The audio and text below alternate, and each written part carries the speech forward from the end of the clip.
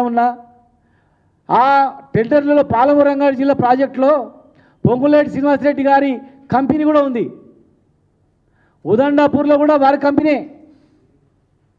నార్లాపూర్ దగ్గర రిజర్వాయర్లో కూడా వారి కంపెనీ, వాళ్ళే చేసిర్రు. వారు కూడా మొన్నటి వరకు మా పార్టీలో ఉండే. సంవత్సరం క్రితం టీఆర్ఎస్ పార్టీలోనే ఉండి బీఆర్ఎస్ పార్టీలో ఎంపీగా ఉండి మరి వారే అక్కడ వర్కులు చేసిండు. జూపల్లి కృష్ణారావు గారి నియోజకవర్గం నుంచే పనులు స్టార్ట్ అయినాయి. ఆనాడు తాగునీటి పరిస్థితి ఏంది, ఈరోజు జిల్లాలో తాగునీటి పరిస్థితి ఏంది, ఆ రోజు సాగునీరు పరిస్థితి ఏంది, వ్యవసాయం పరిస్థితి ఏంది, తెలంగాణ రాకముందు పరిస్థితి ఏంది.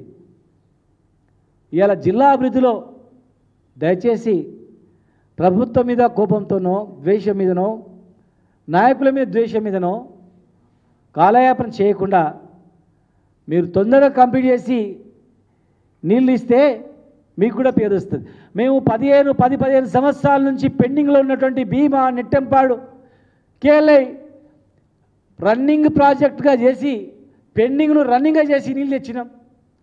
ఇవాళ జిల్లా ప్రజలు కూడా 15 ఏళ్ళు తెలంగాణ ఉద్యమం చేయనప్పుడల్లా ఒక కాలువ దోగాలి, శంకుస్థాపన చేయాలి తప్ప నీళ్ళు రాలేదు.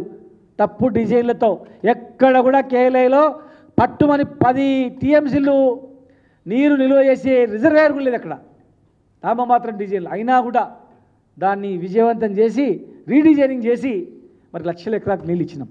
ఈరోజు పుష్కలంగా దాదాపు 20-30 టీఎంసీల రిజర్వాయర్లు ఉన్నాయి. వర్షం పడ్డప్పుడు మనం డమ్ చేసుకుంటే ఎండాకాలం కూడా నీళ్ళు ఇచ్చేటువంటి అవకాశం ఉన్నటువంటి రిజర్వాయర్లు కట్టుకున్నాం. ల్యాండ్ అక్విజిషన్ కంప్లీట్ అయిపోయింది, పంపులు ఆన్ అయినాయి, కాలువలు కంప్లీట్ చేసుకుంటే మన జిల్లాను సస్యశ్యామలం చేసుకునే వాళ్ళం అవుతాం. పేదరికం పోవాలంటే ఇది ఒక్కటే మార్గం. ఇవాళ రైతులు అల్లాడుతూ ఉన్నారు. రైతులు అయోమయ పరిస్థితిలో ఉన్నారు. రైతు బంధు వస్తుందా రాదా, పెట్టుబడి దొరుకుతుందా దొరకదా, నీళ్ళు వస్తాయా రాదా అనేటువంటిది.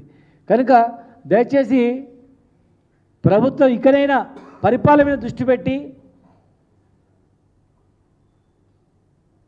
వ్యవసాయం మీద దృష్టి పెట్టి పనుల మీద దృష్టి పెట్టి చిత్తశుద్ధితో మనం అందరం పనిచేస్తే 5 నెలల్లో కనీసం రేపు ఎండాకాలం పంటలకు నీళ్ళు ఇవ్వడానికి అవకాశం ఉంటుంది. నాగార్జున సాగర్ కాలువ తెగిపోతే మరమ్మతు చేయడానికి 1 నెల రోజులైంది, ఆయనంత పుణ్యకాలం అయిపోయింది. ఖమ్మంలో 1000 ఎకరాల పంటలు ఎండిపోయినాయి.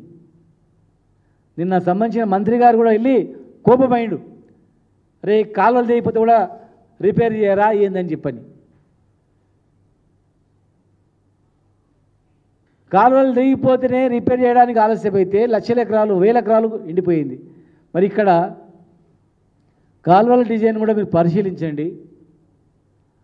కెపాసిటీ తగ్గట్లుగా తొందరగా టెండర్ పిలిస్తే రేపు వెళ్తున్నారు దయచేసి మరి ఆ టెండర్ బిట్టు కూడా ఆ రివ్యూ మీటింగ్ చేసుకొని సార్ మూడు అందరూ అయిపోయిన తర్వాత ఉదండపూర్ తర్వాత ఏనో ఒక దగ్గర రివ్యూ మీటింగ్ పెట్టుకొని ఇమ్మీడియట్గా పలానా రోజు టెండర్ పిలుస్తున్నామని చెప్తే ఇగో టెండర్ పిలుస్తున్నాం ఈ టైం లోపల కంప్లీట్ చేస్తామని జిల్లా ప్రజలకు భరోసా ఇస్తే మీ పర్యటనకు కూడా విజయవంతం అవుతుంది.